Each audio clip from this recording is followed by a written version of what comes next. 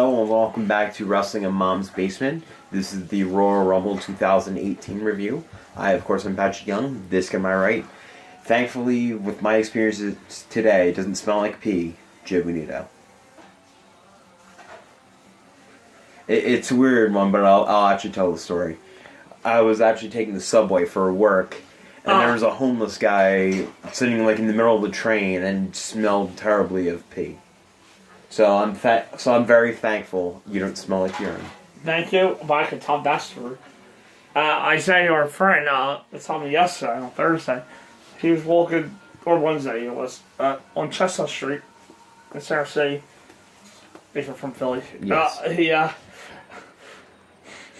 He's Chestnut Street in Philadelphia. He's seen these two women, one small, one heavier, behind a car taking their pants off. And they were peeing in the middle, urinating in the middle of Chestnut Street. Sorry if you came to the Rumble. I apologize on behalf of the city. This is why we're going to be in Jersey next year for WrestleMania 35. It's a good call. It's a good call. There's a reason for that. We're sorry if you paid money to come to the city. Just peeing in the middle of Chestnut Street. And they were smiling, laughing about. That's why WrestleMania 35 is more likely in the New York, New Jersey area next year. Yeah, thank God. For good reason. And yes. we will be traveling to that instead of going right down the street. Yes. Because our city is classless. Don't worry, we're bound to burn the whole thing down this weekend, so. One way or another. Yeah. Which will actually clean it up. Just burn everything down and rebuilt it. We don't have the money for that, so we need WrestleMania. That's true, yeah. The Royal Rumble kickoff show. Start things on with Kalisto, Lindsay Dorado, and Great Mel Leak versus TJP, Jack Gallagher, and Drew Gulak. Gulak and Kalisto, to begin, the crowd chants PowerPoint Gulak. So he yells at them from chanting, they work them back and forth, and then Gallagher and Mel Leak tag in. Mel Leak takes control. Then a trail for two. Gallagher runs away and tag out to TJP. The Lucha dab at him. And Dorado tags in. They work the bed back and forth. Kalisto tags in and takes control. They pick up the pace of Kalisto, his head scissors, and Dorado tags back in and attacks an arm. Follows up with chops and arm drags. The Sand Moonsault gets two. Dorado drop kicks TJP to the floor. And then sends Gallagher to the floor. Team Lucha then hits triple moonsaults to the floor. That was a nice spot. Yeah, it was. Post break, TJP's working on Dorado. And custom over drop kick. Gulak ties in. They isolate Dorado. Gallagher gets some cheap shots to ties in. Gallagher drives to action, working late. The heels continue to ties in. Isolating Dorado in her corner. TJP continues to work late, but Dorado manages a sunset flip for two. TJP cuts him off and covers for two. Gallagher in and knocks Kalisto onto the floor. Gallagher has ropes and Gulak yells at him. Gallagher misses a splash and we get up. And changes to Gulak and Mel Leak. Mel Leak runs wild and hits the rope walk missile dropkick. Mel Leak backs up at top and a rope walk elbow drop falls for two. As Gulak escapes, Kalisto ties in and Dorado hits the lethal injection and double lethal injection. Mel Leak is a dive. Salida El Sol puts TJP away. Winners Kalisto, Lindsay Dorado, and Great Mel Leak. Yeah, this match was fine. It's your typical cruiserweight 6-man tag. Wasn't really all that much special. There was a nice spot with the triple moonsaults off that one corner, but other than that, it wasn't necessarily anything to write home about. TJP lost again as the Lucha Brothers picked up another one. It was overall pretty good. Fun match to kick things off. This is good for 205 Live. It's a reboot, which we'll get to in the 205 Live review. So pretty much this match was nothing in the grand scheme of things, because everything changes this week on this week's 205 Live. Literally 2 days later. But it may not be a horrible idea though, if they get more cruiserweights, which it sounds like they are doing. Yeah, they're trying to introduce a trios title at some point though. They have plenty of talent. Or we're going to have plenty of talent, so it will bring something new and fun to work with. I gave it a C. C+. Up next, the Good Brothers versus the Revival. Anderson and Dawson begin. They trade strikes to Anderson's the leg ladder and ties to Gallows. They double team Dawson and he tags out to Dash. Dawson rakes Gallows' eyes and allowing the Revival to take control. Gallows quickly fights back with strikes and a slam on both. And the Revival power back round out to the floor. Post-break, Anderson's fight off the Revival until they come off, drowning him and working a knee. Dawson's in control, hit him, basic drop kicks and point Anderson in the tree well. The Revival work quick ties, dashes in, continue working the knee. Dawson tags out again, but Anderson starts to fight back, but Dawson goes right back to the knee. Anderson gets away, quicker ties by Revival, but Anderson counters into a near fall.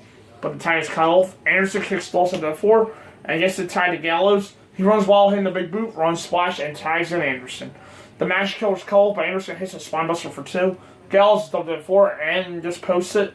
Dash chop blocks Anderson's knee out and picks up the pin to Revival defeated the brothers. It was a decent match in my eyes. I don't remember. We being a week removed, I don't remember as much, but I do remember the general feeling that I thought that this match was. It was fairly good for 2 slow-paced teams. This is another pretty good time match. It was worked more in the old school sense than your normal everyday matches. Because the Revival that awesome. They stand out with the old school style. However, I think Revival really stand out when they have a quicker paced team when they're across the ring from them. I love the Revival, so I don't need excuses. They're very good at the little things that we were just talking about the 89 review. And the 2 out of 3 falls match, like the tagging behind the ref's back, the illegal tags, and stuff like that. No teams do that. There are things that get a little swell. Everything flowed well, and Anderson's selling was very good too. And so far, it's the only physical interaction we've had between the Revival and the Bullet Club. Right. FTR. It's the second interaction we had. They got destroyed on Raw 25. Okay, well, it's the first set of interactions between the Revival and the Bullet Club. There we go. I gave the match a C. Plus. Bobby Roode's U.S. Open Challenge. Bobby Roode versus Mojo Rawley. Rawley overpowers Roode. Again, Roode fires up with strikes in that clothesline. Rawley begs up, but Roode hits that Tom drop and Russian leg sweep. Rawley hits a right, but Roode teases DDT. Rawley says it at 4. He fouls a shoulder block to the barricade. Back in, Rawley covers for 2. Post break, and Rawley's in control. He works over Roode with knees in the corner and then grounds for the action. Roode escapes with a belly back suplex, leaps off the ropes, caught, but he slips down, lays in clotheslines. The neck breaker falls for 2. Roode hits double knees, and the blockbuster Rawley counters a DDT. But Roode rolls him off for 2. Rawley now slaps Roode around, talks shit, but runs into a spinebuster, and Roode covers for 2. Rawley then counters the DDT and then posts Roode. Rawley's KO shot is countered DDT by Roode, and that's it. I think this match in my head benefits a lot from my perception of Mojo was even just as far as like 3 months ago. Because I actually didn't mind this match. It's interesting to see Mojo explore more of a heel persona for himself. And I am sort of hoping for Bobby on the same thing, but I thought that he did enough job being the face in Power. I think Bobby's heel turn could be coming as soon as this week's SmackDown. Yeah. Once we get to SmackDown with the match they sell for this week's SmackDown. I think there's a reason why there's a certain United States Championship match happening on SmackDown, not Fastlane. That's true. Yeah. I think we're going to get a double turn coming soon. This was okay, but it was kind of a flat match for me. I didn't expect a big surprise here, number 1. So for people who think it was a big surprise, yeah. I did hear rumors that there were plans of it being Adam Cole. Yeah. Which would have been cool. Now the funny thing for me is I didn't think Mojo offered much here compared to his recent heel performances against Zack and Bobby. Whereas that, like I said, Mojo wasn't originally playing with Adam Cole or even Dolph, but they didn't want either one of them losing in 7 minutes and 40 seconds. Yeah. In return of debut. So, his opponent, whichever one was that, they were moved to the Rumble match in favor of him. Being here. I gave it a C. C minus. Open match, WWE Championship Handicap match. Champion AJ Styles versus Sami Zayn and Kevin Owens. Sami Styles begin. Nope. Kevin tags in as they try to play some mind games. Styles attacks with kicks and rights, and Sami now tags in. They lock on themselves because they're rolled for 2. Kevin back in now. Kevin takes him down, but Styles gets a quick catch scissors Kevin tags out Sammy. Sammy works the headlock. Styles escapes and hits the dropkick. Kevin tags back in. He attacks Styles, lays the boots on him, and then works him over in the corner. Sammy then lays the boots to Styles. Styles down far side with chops, but Sammy hits a backdrop and covers for 2. Kevin tags back in, continues to soul Styles, covering for 2.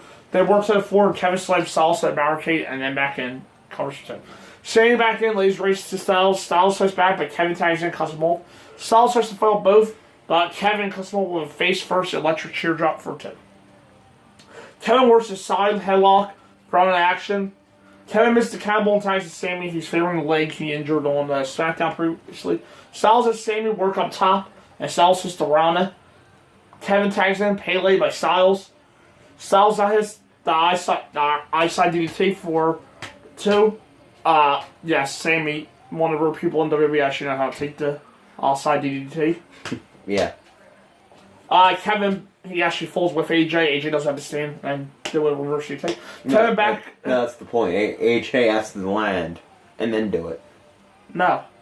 Yeah, that's what I meant. Yeah, not the other way. Not where they just fall with Yeah, it. AJ don't have to just turn to a moonsault DDT. Yeah. Reverse DDT. He's just turning to a reverse DDT. Yeah. Kevin backs off. Styles tries to both hand on Rhino. Sammy. K crush on Kevin applied, but Sammy makes a save. Styles has a close on double Sammy, but Kevin gets to roll up for 2. Styles posts Kevin. Sammy back in, but Kevin's working on Styles. And Sammy hits the blue thunder bomb for a good air fall. Sammy slaps Styles around, sets him up top. Sammy falls on, but Styles flips out and stuns Sammy off the buckles. The aisles takes out Kevin. The springboard form falls to Sammy, but Kevin is safe. Sammy Styles trade strikes down the ring. Styles cuts up the tag and dumps Sammy. Styles rolls up Kevin on the pop-up powerbomb for a win. AJ Styles retains. I'm probably going to say it's... If it's not I'm going to say it's one of the best handicap matches. It's not necessarily a great AJ Styles match or a great Owens match or a great Sami Zayn match, but it's probably the best handicap match. And I also did like that they came up with a reason for why the 2-on-1 men advantage didn't work this time. Being that Owens didn't actually tag in and he got rolled. And then still got rolled up. But still, it's probably one of the better handicap matches you see. It's good for a handicap match. But in the grand scheme of things, probably not the best match. To say it was still legal, they gave him and Kevin Owens a complaint about a conspiracy, which is going to be sold on SmackDown this upcoming. This is actually way better than I thought it was going to be, not because of talent in it. It was because I was trying to overbook him with the Bryan and Shane and I was expecting that too, yeah. But it looks like they completely dropped that storyline now. Which if Bryan's not going to wrestle, I guess might as well just drop it then. Exactly. So from that standpoint, it was actually way better. From a booking standpoint, it was way better than I thought it was going to be. They had a hot crowd, so we could offer our live opinions because we were there. Yes. And the podcast's life got changed. Yes. Changed forever. They had a hot crowd that was invested, and AJ fighting from the bottom always works well because he's so good and had 2 great flows to play off of. So this was good. I gave the match a B. B. Kevin and Sammy complained Shane about the refs screwing him, but Shane doesn't care. 2 out of 3 full SmackDown Tag Team Championship match: Chad Gable and Shelton Benjamin versus the Usos. Gable and Benjamin take control right away, teasing their finish. The Usos had teased those 2 kicks. Gable and Benjamin walk outside, escape and talk strategy. Gable back in, scores takedowns. Jimmy Farley chops and then big right cover for 2. Benjamin distracts Jimmy, allowing Gable to chop block him. Benjamin slams his leg on the post back and continues to attack the knee. Gable's in, he also attacks the knee cover for 2. And they're going by the challengers there, isolating Jimmy, keeping him to go focus on the knee. Benjamin talks shit, he works the knee. The challengers continue more quick ties. Jimmy fires on the chops, but Gable attacks the leg again, taking him down, covering for 2. Benjamin in for double teams, they take out Jay, and Benjamin follows with a knee drop. Jimmy then fires up and hits it, and Zaguri. Jay tags in and runs wild. Gable blind tags in, gets tossed, and Jay hits a dive on Benjamin, and then 1 on Gable. Back in, Jay hits a high cross for 2. The run his attack follows. Jay up top, and Gable comes splash against the roll for 2. Gable then hits a tiger suplex for 2. Benjamin tags in, Gable hits a missile drop kick. and Benjamin and powerbombs Jay into Jimmy, and Pedro gets two. Jay battles back because they did 4. Gable hits a moonsault to the floor onto both Usos. Back in the go, and the ref says it's the wrong Uso. So the super kick splash connects on Gable, and Gable survives. The Usos up top, Benjamin cuts off one of them, and Jay hits him with a super kick. Gable works the hang arm bar in the ropes, but the Usos counter Chaos Fury and lay in a super kick party, and pick up full one on Gable at 12 minutes and 10 seconds. Benjamin imposes an Uso, and then attack the other on the floor. They hit the Doomsday Powerbomb off the apron to the floor. Gable hits a rolling kick to the Uso. But Jay gets a surprise roll up to retain. Champions Usos defeat Jay Gable and Benjamin. It was a surprise thinking that the Usos swept. However, there's also can be a problem with the 2 out of 3 falls that I think affects this match too. When the first fall is usually counted, the crowd usually goes a little flat because they're like, oh wait, it's 2 out of 3 falls, and even if the first fall is like 2 minutes, or maybe even a little more than that, it still for some reason really draws the crowd down. And I think they were really looking for a loop when Chad Gable was pinned for the second time. The match was good. The first fall I thought was really good. Yeah. I see why they had them sweep because probably not every time. Yeah. You're gonna have a team go 1-1 and then they fight for the third fall. I guess it's a nice change of pace, but it kind of made this match feel a little flat. This was overall a very good match. Yeah, well, it was an overall good match. But if that was the point, they should have just done one fall. Yeah. I agree with that. To just cut out the downtime and maximize on the men to create in full one. I think they wanted to give them something special. Right. To have them right off the feud, but I do like the 2-0 sweep idea in some ways. Yeah. As both expected to go like past all 3, but in this case, it was still ton fun.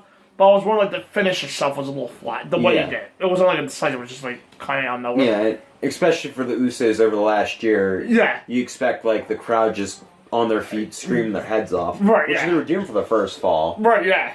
But after that, they realized, oh wait, it's 2 or 3 falls. The match still has to go on. And then they came out of nowhere and got the second one. I would have the match rate higher if it stopped at the first fall. Yeah, same here. It didn't drop the grade much. No. I ended up giving it a B-. I had a B+. I gave it a B. 30-man Royal Rumble match. Jerry Lowell was out for commentary. And if I remember correctly, he joined Michael Cole, Corey Graves, and Byron Saxon. Alright. So you're welcome, people at home, that got Jerry the King Lawler. No, that's it. I'm being sarcastic because that's a good thing. No, it's a good thing. Okay, yeah. No, I'm saying that the 4 you got were... we didn't get to hear commentary, obviously. We were there. The 4 you got were... is in a terrible group. No. That wasn't a joke or knock on King at all. That was actually really cool. You got the best. You got King. Lawler's out for commentary. You got Vince McMahon version of Cole. And then you got Byron. Yes. But as long as Corey was on commentary, it is a good foil for her. Lawler's out for commentary. The first 2 were Rusev and Balor. The crowd loved Rusev. Yes. They loved Finn, but the crowd loved Rusev. I did like these as the first 2. I did too.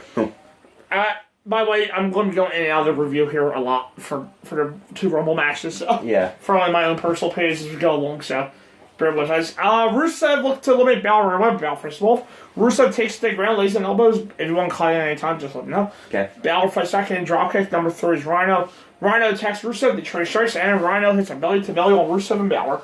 Rusev cuts off Rhino and then hits a spin kick. Number 4 is Baron Corbin. He hits the deep 6 on Rhino and tosses him. Balor and tosses Corbin. Corbin pulls himself under the ropes, slides on the barricade. He falls at the end of the days on Rusev to the floor. Again, attacks Balor. And number 5 is Heath Slater. Corbin attacks him on his way down, and finally a scurry out. Everyone is down at number 6 is Elias. He plays his way to ring, takes time, and kick-ass Slayer. Elias monologues, makes his way to the ring, looks to perform. He sings about winning Rumble, burying the Rocky statue.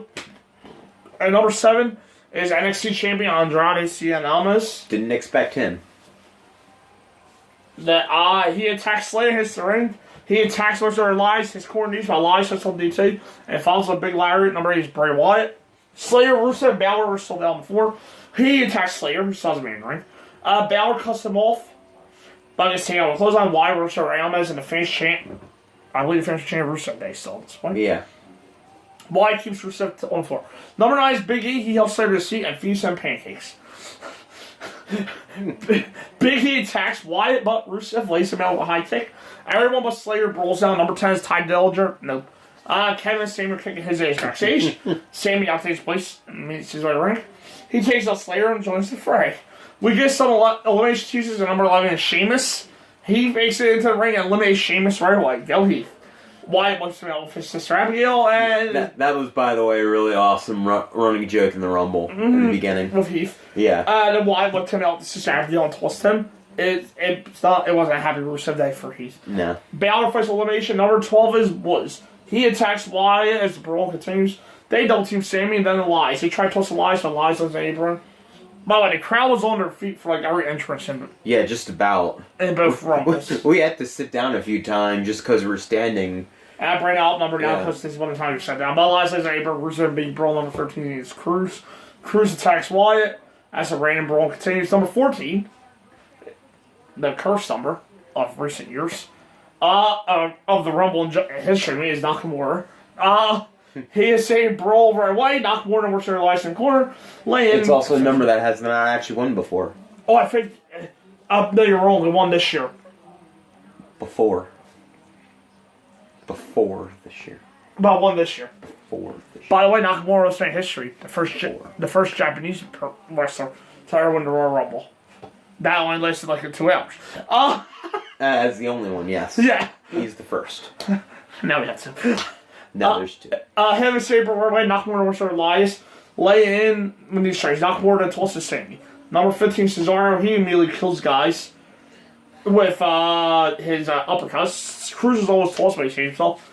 Rusev and Cesaro brawl, and number 16 is Kofi. He immediately is attacked by Cesaro. Cesaro eliminates Cruz. 17 is Mahal. He attacks Buzz. Mahal. As King said, apparently, Mahal is his pick. Okay, maybe you didn't get the best King. Mahal then tosses Woods and then Big E. Number 18 is Seth Rollins. He flies in, taking down Wyatt. Sling Blade follows until Cesaro cuts him off. Rollins then tosses Cesaro in a cool spot with a monkey flip out the ring. Mahal tosses Kofi, but 1 foot lands on Woods. Big E gets on a plate of pancakes to walk on. And Kofi then hops on 1 foot trying to get back in. Big E and Woods catapult Kofi back in. Trouble in Paradise eliminates Mahal's New Day throw pancakes on him. Almas now eliminates Kofi. 19 is Woken Matt, as he attacks Wyatt and Rusev and then attacks them both. Wyatt and Matt eliminate Rusev. They then work together to attack Almas. Now they brawl and eliminate each other. Number 20 is John Cena. However, before John Cena comes in, I just mad that is anyone else interested in Woken Matt Hardy Bray Wyatt tag team? Because for some reason, when I saw them working together, I was more interested in it. Yeah. Like, I think that may be the direction they should go and just have that being their over-the-top gimmick together. Woken Matt was Sister Abigail. No, don't bring her back. Okay, that was him. Every time Bray mentions her now, I have to laugh at it. Yeah, I know. Number 20 is John Cena, and everyone talks to Bray Wyatt. Cena fights back, eliminating Elias. Number 21 is the Hurricane. Stand back. That one did catch me off guard. Yeah. So, he looks to chokeslam Cena, but gets tossed right away. Hurricane posed on his way to the back, though. Number 22 is English. He works over Balor. And then Cena at Almas. And use the now recipient of Rusev Day chants. Right.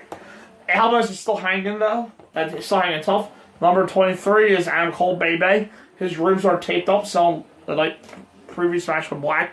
Wasn't expecting him there either. No. Balor tosses English as Cole attacks Almas. Number 24 is Orton. He works over Cole. And Almas then flies in our RKO and then tosses Almas less than 30 minutes.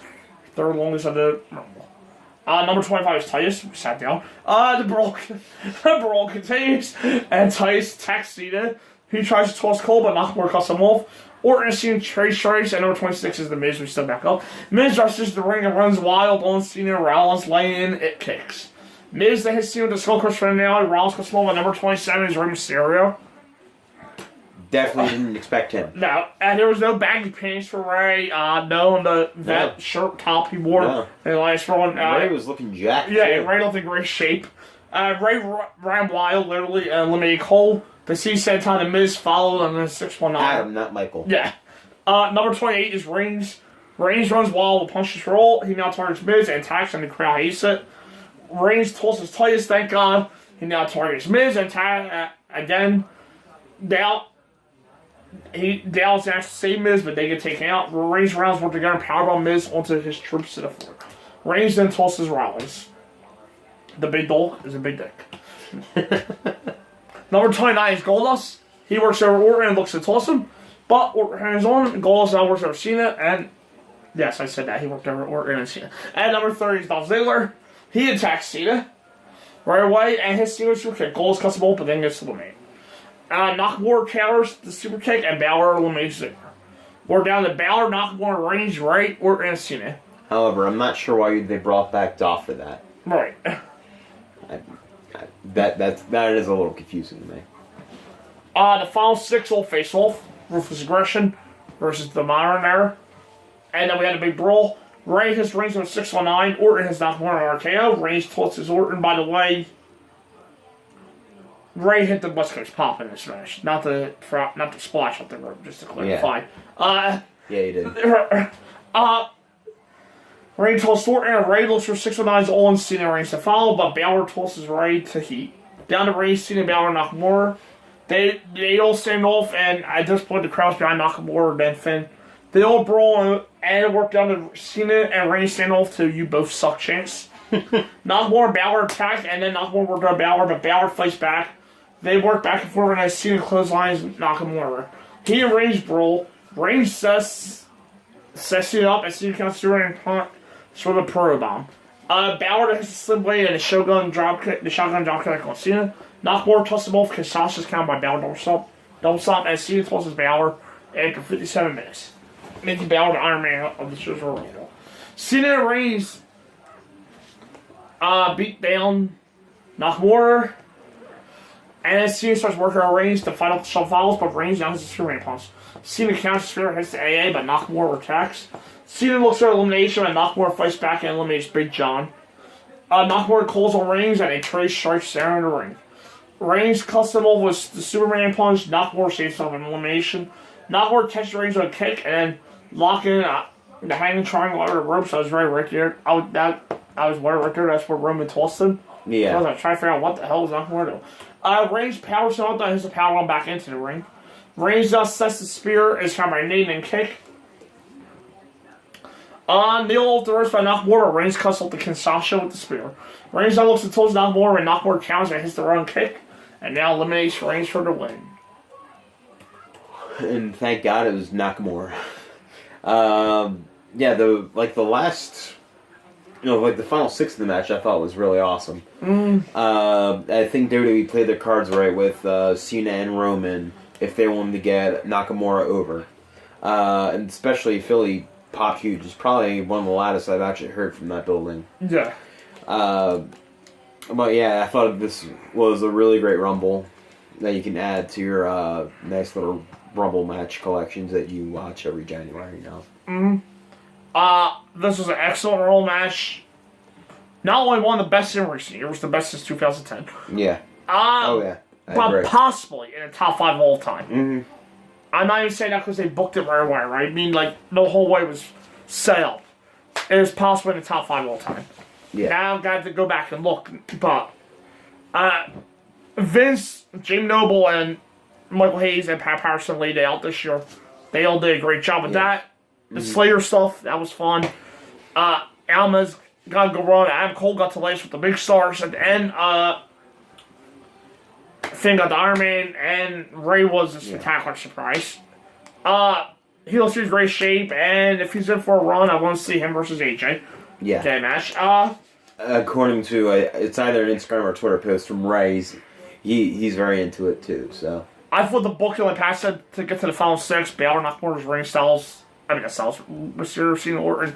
That was excellent. That worked extremely well. You had the guys that were over. Finn, Nakamura, Ray, and Orton. The guys that all I wanted to see win. Cena and Roman. yeah. And Nakamura's main roster run has been kind of what's the word I'm looking for? It's been turbulent. Less than spectacular. Yes. But this was a great rehabilitation match for him. He was there, he's worked hard, and the fans loved it. And the fans wanted him to win to see the Styles match. And, this is great stuff and a ton of fun. I'm not just saying because they're live. I do mean it was probably one of the top 5 rumbles all the time. Yeah. My only fear was, at this point, that this will kill the crowd. That was my fear at this point. Yeah. I'll get to that in a moment. I gave it an A+. Yeah. There was no agree here. Next video, be the final 3 matches. Yep. See you then.